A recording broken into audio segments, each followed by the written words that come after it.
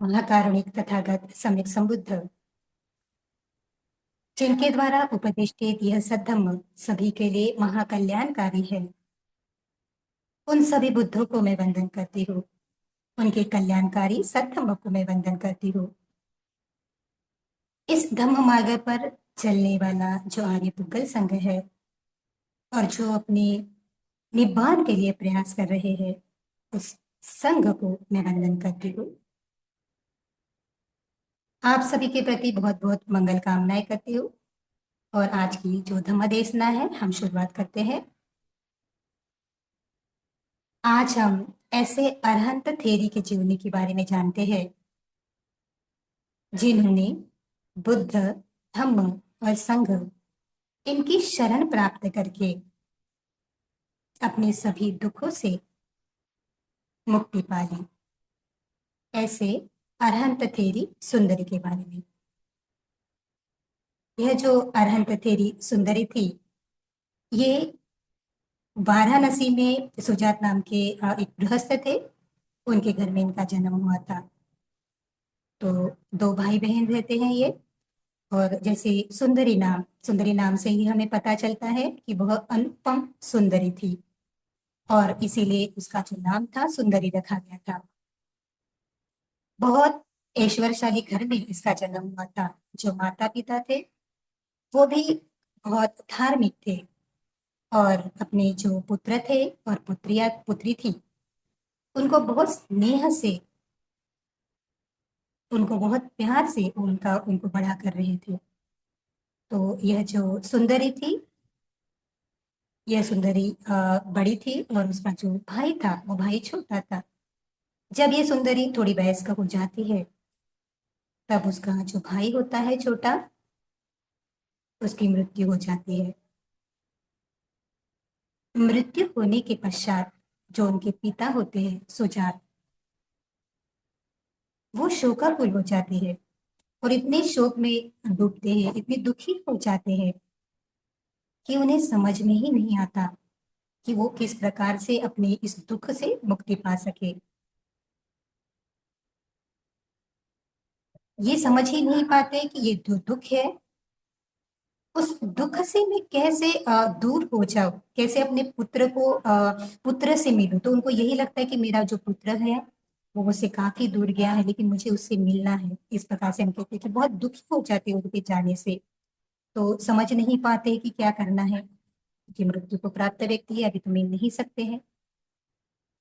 लेकिन फिर भी उसके वियोग से इतना दुखी हो जाते हैं कि उन्हें बहुत सी बातें समझ में ही नहीं आती कि किस प्रकार से इस दुख को सहन करना है। तो घर से निकल जाते हैं। घर से निकलने के बाद इधर उधर घूमते हैं। तो इधर उधर घूमने के बाद में उन्हें एक जो भिक्खुनी है, वशिष्ठी नाम की भिक्खुनी, वो भिक्खुनी से उसकी मुलाकात होती है। अब ये सुजात नाम का गृहस्थ, जो अपने पुत्र के वियोग से काफी दुखी है, और जो वशिष्ठ जो भिक्खुनी होती है, उनके जो पूर्व जो गृहस्थ जीवन होते हैं, भिक्षुनी बनने के पहले का जो जीवन होता है, उस जीवन में उस वशिष्ठी जो गृहिणी थी, उसके 7 पुत्र थे। तो एक एक के बाद एक पुत्र जो होते हैं, उनकी मृत्यु हो जाती है। एक पुत्र का वियोग भी कितना अधिक होता है, वो दुख भी कितना अधिक होता है।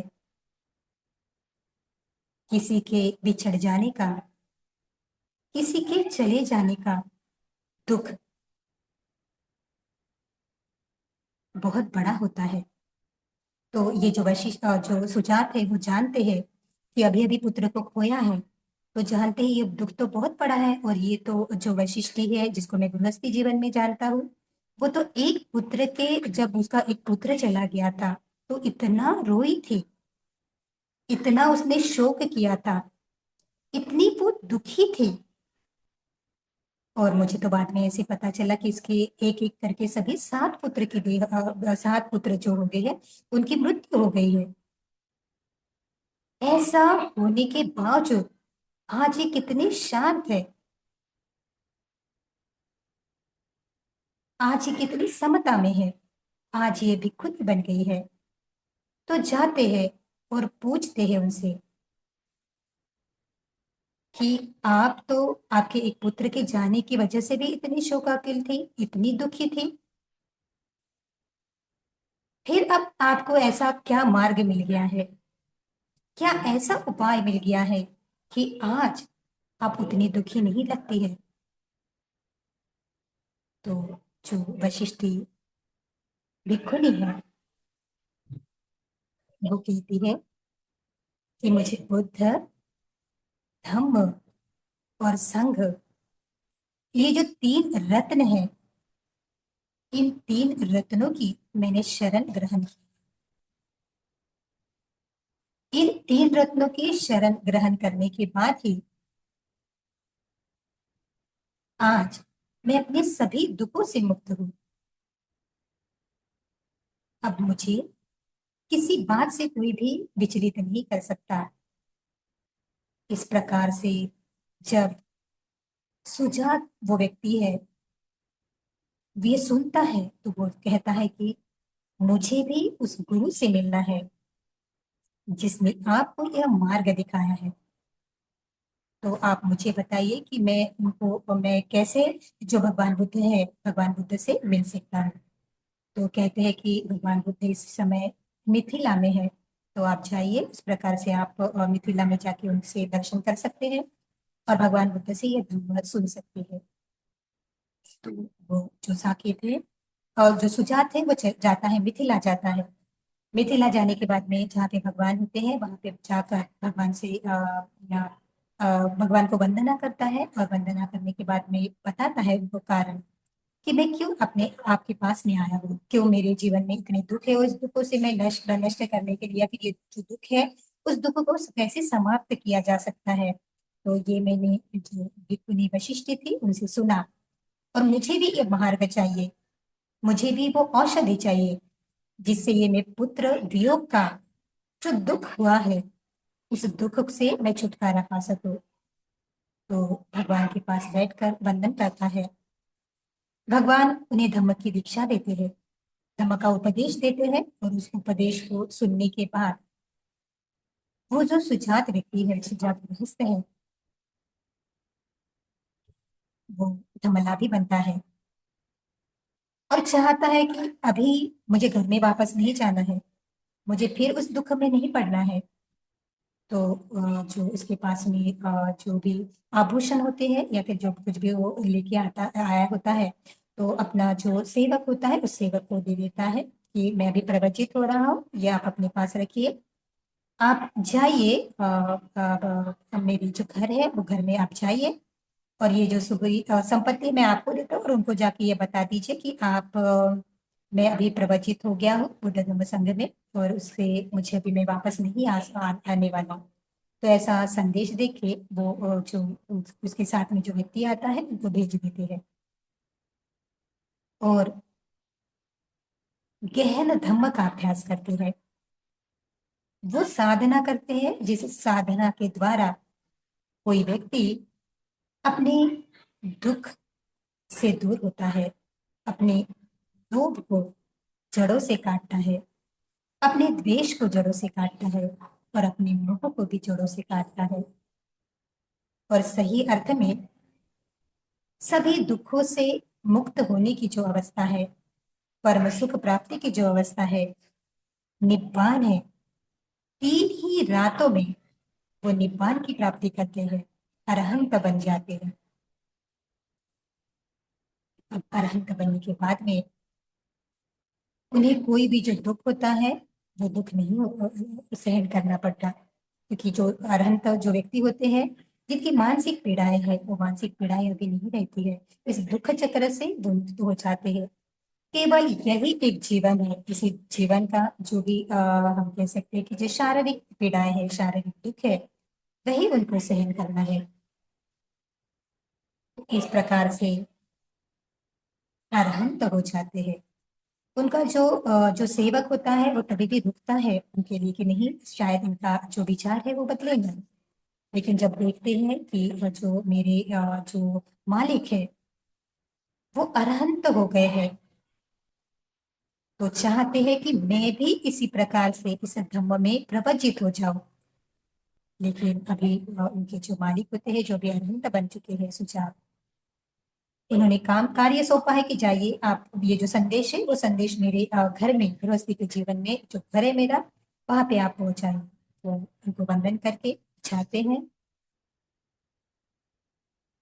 जब वाराणसी पहुंच जाते हैं, तो वाराणसी पहुंचने के बाद में उनके घर में जाकर, जहाँ पे उनकी जो पत्नी है, सुजात की पत्नी, और उसके साथ में उनकी जो पुत्री है, वो देखते रहते हैं कि कब मेरे हमारे जो सुजात थे गृहस्थ है वो वापस आएंगे।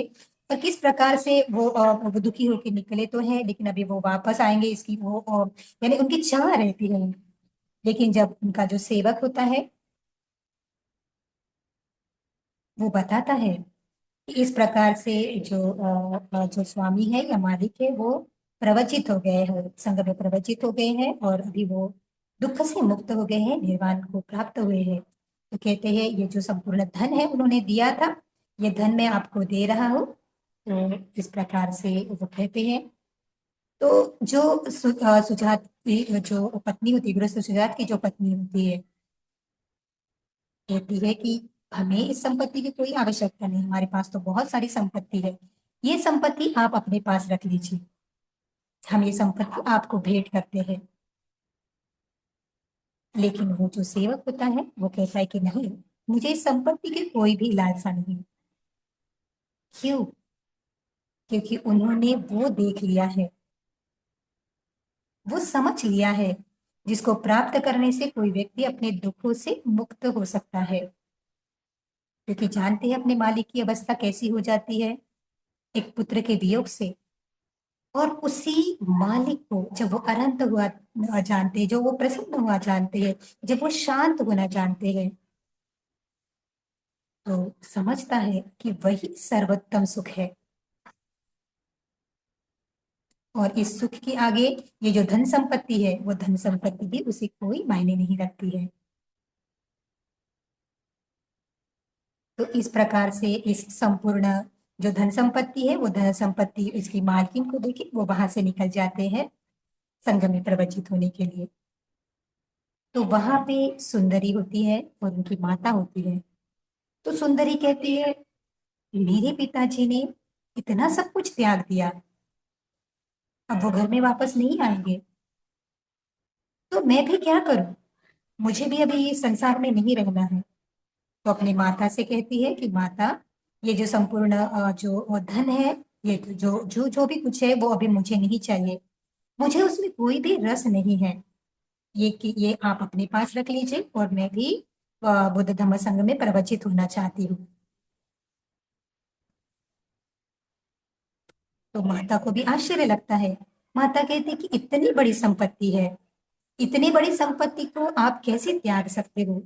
आपके जो पिता है उनको पितृ वियोग हुआ था, लेकिन अभी वो प्रवचित है और अरहत हुए, तो वो वापस नहीं आएंगे।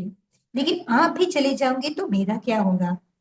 इस प्रकार से अपनी जो पुत्री है उसको समझाते हैं कि आप इस प्रकार का कोई भी निर्णय नहीं ले लीजिए, घर में ही रहिए, और घर में ही आपको जो भी पुण्य कर्म करना है उस पुण्य कर्म को कीजिए।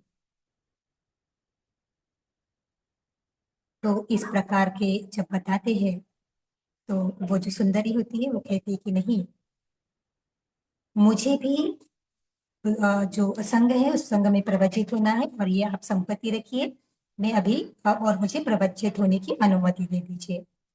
तो जो माता है कहती है कि ठीक है, अगर आपकी इतनी ही इच्छा है तो जाइए, मैं अनुमति देती हूँ, आप संघ में प्रवचित हो जाइए। तो ये जो सुंदरी होती है वो अपना सब कुछ जो संपत्ति होती है उसको अपनी माता को इसको, फिर वो गृह त्याग करती है, और गृह त्याग करने के बाद में वो जाती है। और जाने के बाद में प्रवज्जा की इच्छा होती है कि अभी मुझे प्रवज्जा लेना है, तो जानना चाहती है कि भगवान का कहाँ है। तो पता चलता है कि भगवान तो अभी इस प्रकार वाराणसी में है। तो वाराणसी में जाता वहां पे जाती है और भगवान के पास में जाती है और प्रवज्जा ले लेती है।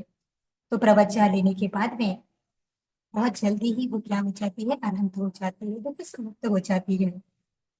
तो अब इस प्रकार से उसे जो ज्ञान हुआ है, जो अनुभूति हुई है, तो उसे लगता है कि मैं ये अनुभूति है, मैं भगवान के पास जाऊं और भगवान के पास जाकर मैं इस प्रकार से सिंहनाद करूं, इस प्रकार से बताऊं कि मैं अब सब दुखों से मुक्त हो गई हूँ।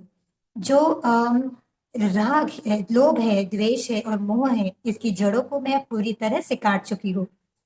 तो इस प्रकार से मैंने ये जो बुद्ध शासन है, उस बुद्ध शासन को पूर्ण किया है। इस प्रकार के मन में विचार आता है और मन में विचार आने के बाद में चाहती है कि भगवान से जाकर मिलूं। तो जब भगवान के पास भगवान श्रावस्ती में होते हैं, तो श्रावस्ती में जाती है और श्रावस्ती में जाने के बाद बखान करती है कि मैंने किस प्रकार से इस अवस्था को मैंने प्राप्त कर लिया है। तो दूसरे दिन वह उसकी माता भी आ जाती है और माता भी क्या करती है, इस प्रवचन को वो भी संघ में प्रवचित हो जाती है। तो इस प्रकार की यह जो अरहंत थी सुजाता की जीवनी थी, बुद्ध धम्म और संघ में किस प्रकार से शरण जाकर, किस प्रकार से अपने आप को इस तीन रत्नों के प्रति समर्पित कर कर यह जो सुंदरी होती है वो अरहंत होती है। अरहंत होने के बाद में अपने अपना ये जो पूरा जीवन काल है, उस जीवन काल को बताती है कि किस प्रकार से मेरे घर में ये समस्या आई, ये जो दुख आया, और ये जो दुख ही हमारे सुख का कारण कैसे बना, हमारे दुख मुक्ति का कारण कैसे बना। तो बहुत सुंदरता से कहती है। तो क्या कहती है, तो बताती है कि कैसे मेरे जो पिता थे वो जो वशिष्ठी है, अरंतथेरी है, उसे मिले। तो संवाद के रूप में यह अरंत जो थेरी गाथा है इसमें जो संवाद के रूप में बताते हैं। तो क्या कहते हैं, सुजात वशिष्ठी जो भिक्खुनी है, अरंत थेरी, उनको कहते हैं, पहले तो तू पुत्र को खोकर दिन रात रोया करती थी, लेकिन आज आप 7 पुत्रों को खोकर भी शोक से अभिभूत नहीं हुई है। तो कहते पूछते हैं उनको कि जब आप, मैंने सुना था कि आप एक पुत्र को खोकर ही बहुत दुखी हो गई थी, लेकिन बाद में मुझे पता चला कि आप 7 पुत्रों को आपने खोया है, लेकिन फिर आप अभी, अब मैं जब आपको मिल रहा हूँ तो आप दुखी नहीं लगती है, तो क्या कारण है। तो वशिष्ठी कहती है कि बहुत सुंदर है, बहुत सुंदर। क्या कहती है, तुम्हारे और मेरे दोनों के ही अतीत काल में सैकड़ों पुत्र हुए और वो सभी मर गए, सैकड़ों बंधु बांधव हुए और वो भी मर गए, किंतु जन्म और मरण की मुक्ति का मार्ग अब मुझे ज्ञात हुआ है। अतः अब मुझे न और शोक करना है, न विलाप करना है, और न ही करुणा क्रंदन। तो क्या कहती है, क्योंकि जानती है ये जो सुजात नाम का व्यक्ति है, गृहस्थ है, उसने भी अपना पुत्र अभी भी खोया है और किस तरह से वो दुखी है। तो समझाती है उसे कि अतीत काल में मैंने भी न जाने कितने पुत्रों को खोया, कितने बंधु बांधवों को खोया, कितने परिवार के लोगों को खोया। आपने भी पता नहीं अभी तक इस अतीत काल में कितने लोगों को इस खोने का जो दर्द है, खोने का जो दुख है, आपको सहन करना पड़ा। लेकिन जब मुझे इस जन्म और मरण की मुक्ति का मार्ग मिला है, तो अब मुझे कोई भी शोक नहीं होता, अब मुझे कोई भी विलाप नहीं होता, या फिर अब मुझे कोई भी जो हम कहते हैं कि किसी भी प्रकार का दुख ही नहीं हो रहा है, मैं अभी शांत हो गई हूँ। तो सुजात पूछते हैं कि ये तो बहुत ही अद्भुत बात है, तो आपने किसका उपदेश प्राप्त किया, तो किसका उपदेश प्राप्त कर कर आप ऐसी वाणी कह रहे हैं। तो जो वशिष्ठी जो भिक्खुनी है वो कहती है कि मिथिला नगर में सम्यक संबुद्ध ने प्राणियों को सभी दुख से मुक्ति करने के लिए जो मार्ग बताया है, जो उपदेश दिया है, वही मैंने श्रवण किया और उसे पूर्ण रूप से ग्रहण करके मुझे सद्धम्म का ज्ञान हुआ है।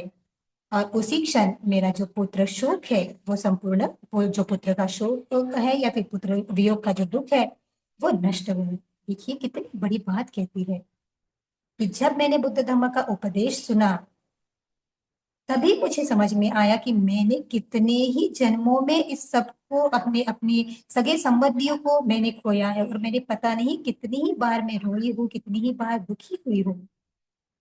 लेकिन जब मैंने धर्म को समझ लिया है, अब मुझे वो दुख भी दुखी नहीं करता है। अब मैं उसमें से भी विचलित नहीं होती हूँ। एक बहुत ही सुंदरता से जो अनंत होते हैं, वो जानते हैं कि निर्वाण का क्या सुख होता है। वो जानते हैं कि सभी दुख से मुक्ति में क्या सुख होता है। तो बहुत अच्छे से वो अ, वो जो है वो जो सुझाव थे उसको बताते हैं, और बताते हैं कि भगवान वहां पे है, जाके आप उसका उनका दर्शन कीजिए, और दर्शन करके भगवान बुद्ध से वो जो मार्ग है उस मार्ग का उपदेश सुनिए। और इसी प्रकार से जैसे मैंने प्रयास किया है, आप भी प्रयास कीजिए, और आप भी अपने दुख से मुक्त हो जाइए। तो इस प्रकार से जो भगवान के पास में सुजात जाके दुख क्या है, दुख का हेतु क्या है, दुख का निरोध क्या है, और इस दुख के निरोध की ओर लेके जाने वाला कौन सा मार्ग है, जो आर्याष्टांगिक मार्ग का है, उसका उपदेश जब भगवान से सुनता है, और इसी प्रकार से उसको सद्गम प्राप्त होता है, भिक्षु संघ में वो प्रवचित हो जाता है, और जल्दी ही 3 दिनों में ही, 3 रातों में ही वो क्या हो जाते हैं, निर्वाण को प्राप्त होते हैं। और अपने सारथी को, अपने जो नौकर है दास, उसको भी भेज देते हैं कि आप जो लौट जाइए, और इस प्रकार से कुशल मंगल बता दीजिए कि इस प्रकार से मैंने अपने संसार का त्याग कर लिया, विरक्त हो गया है, और मैं दुख से मुक्त हो गया हूँ। तो वो जो सारथी सारथी है वो भी लौट के आ जाता है। तो ये जो संवाद है वो जो जो सुंदरी है कहती है कि मेरे पिताजी ने तीनही विद्याओं को प्राप्त कर लिया है, तो मुझे भी अभी कुछ भी नहीं चाहिए। मैं भी अपने इसको मैं 3 विद्याओं में अपनी जो भगवान का उपदेश सुन के मैं इस 3 विद्याओं को पूर्ण करूंगी और अपने दुख से मुक्त हो जाऊंगी। तो अपनी माता से इस प्रकार से कह के वो क्या होता है कि वो प्रवचित हो जाती है। जैसा कि मैं पहले से बताया, ये संवाद है माता में, और वो अनंत होने के बाद में बता रही है कि ये जीवन काल किस प्रकार से हुआ, किस प्रकार से मेरे जीवन में ये घटनाएं घटी, और मैं किस प्रकार से दुख मुक्त हुई।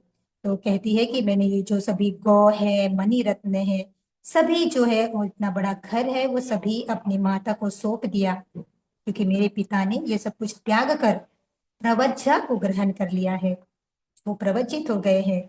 तो इस प्रकार से मैं भी इसको त्याग देती हूँ, और त्यागने के बाद में वो भगवान के पास में जाती है, और भगवान के पास में जाकर प्रवचित हो जाती है, और प्रवचित होकर भगवान के पास में आकर कहती है कि भगवान, मैं सुंदरी वाराणसी से आई हूँ, मैं आपकी शिष्या हूँ, आपकी वंदना करती हूँ। कहती है, आप बुद्ध है, त्रिलोक के शास्ता है, ज्ञानी ब्राह्मण है, मैं आपकी अनुयायी हूँ, आपके हृदय से उत्पन्न, आपके मुख से उत्पन्न, मैं आपकी सगी पुत्री हूँ। तो क्या कहती है, मैं आपके हृदय से उत्पन्न, यानी मैंने वो प्राप्त कर लिया है जिसका उपदेश आपने दिया है। आपके मुख से उत्पन्न, आपके मुख से उत्पन्न का अर्थ है आपने जो भी धम्म का उपदेश दिया है, उस धम्म के उपदेश को मैंने भली प्रकार से समझा है, भली प्रकार से जाना है। तो मैं आपकी सगी पुत्री हूँ, यानी मैंने वो सब कुछ प्राप्त कर लिया है जिसके लिए आपने मुझे उपदेश दिया है। तो कहती है, मैं संपूर्ण कर्तव्य को समाप्त कर निष्पाप हो गई हूँ। जो अरहंत होते हैं वो कभी भी दूषित कर्म नहीं करते हैं। तो कहते हैं कि मैं पूरी तरह से निष्पाप हूँ, मेरे पहले के भी जो अकुशल है वो अकुशल नष्ट हो गए हैं। तो भगवान कहते हैं, कल्याणी, हाँ तेरा स्वागत है। जो आत्म संयमी है, जो राग मुक्त है, बंधनहीन है, जो कर्तव्य कर्म को समाप्त कर निष्पाप हो गए हैं, वही इस प्रकार आकर शास्ता की वंदना करते हैं। तो क्या कहते हैं भगवान, कहते हैं कि तू आत्म संयमी है। तो जो भी कोई आत्म संयमी होता है, जो राग से मुक्त होता है, जो लोभ से मुक्त होता है, जो द्वेष से मुक्त होता है, और जो मोह से मुक्त होता है, वही व्यक्ति सही अर्थ में मेरी वंदना करता है। इतना सुंदर सा भगवान उसके बारे में कहते हैं कि तू सही अर्थ में मेरी पुत्री हुई है। इस प्रकार से ये जो अरहंत थेरी सुंदरी थी, अपने जीवन को बहुत अच्छे से विशद करती है। और अपनी मुक्ति को भी बहुत अच्छे से सभी को बताती है कि कैसे मैंने इस प्रकार से दुख से मुक्ति पा ली। बहुत ही प्रेरणादायक ऐसी ही ये जीवन कथा है। बहुत सारे लोगों को ऐसा लगता है कि जो पहले के जो अरहंत हुए हैं उस प्रकार से वो दुख मुक्त हुए हैं। लेकिन हमारे जीवन में जब ये ऐसे छोटे मोटे दुख आ जाते हैं तो विचलित हो जाते हैं कि अरे इतना बड़ा दुख है तो अब इससे कैसे छुटकारा पाए। तो दुखी हो जाते हैं, रोते हैं, विलाप करते हैं। इन सभी को ये समझना चाहिए कि इस प्रकार से जो कोई भी विलाप होता है, दुख होता है, वो कभी भी हमें दुख मुक्ति की ओर नहीं लेके जाता है। वो तो केवल और केवल हमारी पीड़ाएं बढ़ाता है, केवल और केवल हमारा भवचक्र ही बढ़ाता है। तो इतने सारे जो पूजनीय वंदनीय अरहंत थेर है, अरहंत थेरिया है, उनके जीवन में भी कितना दुख आया, लेकिन उन्होंने भी बुद्ध धम्म और संघ को शरण जाकर भगवान बुद्ध के उपदेश को भली प्रकार से अपने जीवन में पालन कर कर, आचरण कर कर अपने सभी दुख से मुक्तता पा ली। तो इस प्रकार यह जो बात है बहुत ही सीखने लायक है। तो छोटे मोटे दुखों से कभी भी घबराना नहीं चाहिए। यही समझना चाहिए कि ये जो दुख आते हैं हमारे जीवन में वो भी अनित्य है, वो भी बदलने वाले हैं। न जाने अतीता में हमारे जीवन में कितने दुख आए होंगे, कितनी बार हमने विलाप किया होगा, कितनी बार हम रोए होंगे। अगर इस जन्म में भी अगर हम ऐसे ही करेंगे तो हमारा ये जीवन चक्र तो कभी भी समाप्त नहीं होगा। तो एक प्रेरणा लेनी चाहिए ऐसे जो महापूजनीय महावंदनीय जो आरंभकेर होते हैं, आरंभकेरिया होते हैं, इनके जीवन से फिर हमें बुद्ध धम्म और संघ के प्रति सही अर्थ में शरण जाना चाहिए। क्या होती है सच्ची शरण? सच्ची शरण आने पर जो दुखी व्यक्ति होता है वो दुखी नहीं होता है, क्योंकि वो जानता है कि बुद्ध का जो उपदेश है, बुद्ध का जो धम्म है, इस दुखों से मुक्त करने के लिए ही है। अगर हम इस धम्म को भली प्रकार से जानते हैं तो जानते हैं ये जो चार आर्य सत्य है, दुख है जो दुख का कारण भी है, लेकिन उसका निरोध भी हो सकता है, वो समाप्त भी हो सकता है। और उसका मार्ग जो समाप्त करने का मार्ग है आर्य अष्टांगिक मार्ग है। तो इस प्रकार से वो उस मार्ग पर चलते हुए अनित्य बोध, अनात्म बोध और दुख बोध को जानता है, और जानने के बाद में जो भी दुख निर्माण आया है तो इसको यथाभूत देखता है। तो ये केवल बुद्ध धम्म और संघ पर अकंपित श्रद्धा होने से ही होता है। तो हमें हमेशा ही बुद्ध धम्म और संघ पर अकंपित ऐसी श्रद्धा रखनी चाहिए, क्योंकि वही बुद्ध का जो उपदेश होता है, जो धम्म है, वही सही अर्थ में हमें दुख से मुक्त करा सकता है। आज तक जितने भी इन दुखों से मुक्त हुए हैं, केवल और केवल इस धम्म के पालन करने से ही दुख से मुक्त हुए हैं। और हम भी अगर अपने दुखों से मुक्त होंगे तो केवल इस जो धम्म है, महामंगलकारी महाकल्याणकारी जो मार्ग है, उसी को पालन करके उसी को आचरण में लाकर हम अपने दुखों से मुक्त हो सकते हैं। तो बहुत ही हम कहते हैं कि सही अर्थ में जो प्रवज्ञा होती है दशासन में, वो दुखों से मुक्त होने के लिए ही होती है। चाहे कितनी भी भौतिक संपत्तियां है, वो भौतिक संपत्तियों तो कुछ क्षण के लिए सुख देती है, लेकिन अगर कोई ऐसा दुख आ जाता है तो ये भौतिक संपत्तियां हमें कभी भी इस दुखों से मुक्त नहीं कर सकते। केवल और केवल धम्म ही हमें इन दुखों से मुक्त कर सकता है। जैसे वो सुजात गृहस्थ था, अपनी सभी संपत्तियां छोड़कर धम्म में वो प्रवचित हो गया, धम्म के अनुसार आचरण करने लगा। उनकी जो पुत्री थी सुंदरी, वो भी उस पूरी संपत्ति को त्याग कर भिक्षु बनती है, अपने दुखों से मुक्त होती है। उसकी माता भी उस प्रकार से जो संपत्ति है, इस संपत्ति को त्यागती है और वो भी प्रवचित हो जाती है। तो यही समझना चाहिए ये जो भौतिक संपत्ति हम बहुत मेरा मेरा मेरा कह के हम अपनी जो आसक्ति है, आसक्ति को बढ़ाते हैं, इस लोभ में पड़े रहते हैं, तो वो हमें सुख तो दे सकती है, लेकिन केवल ऊपरी ऊपरी सुख। लेकिन जो परम सुख निपान है, वो केवल और केवल भगवान बुद्ध का धम्म ही दे सकता है।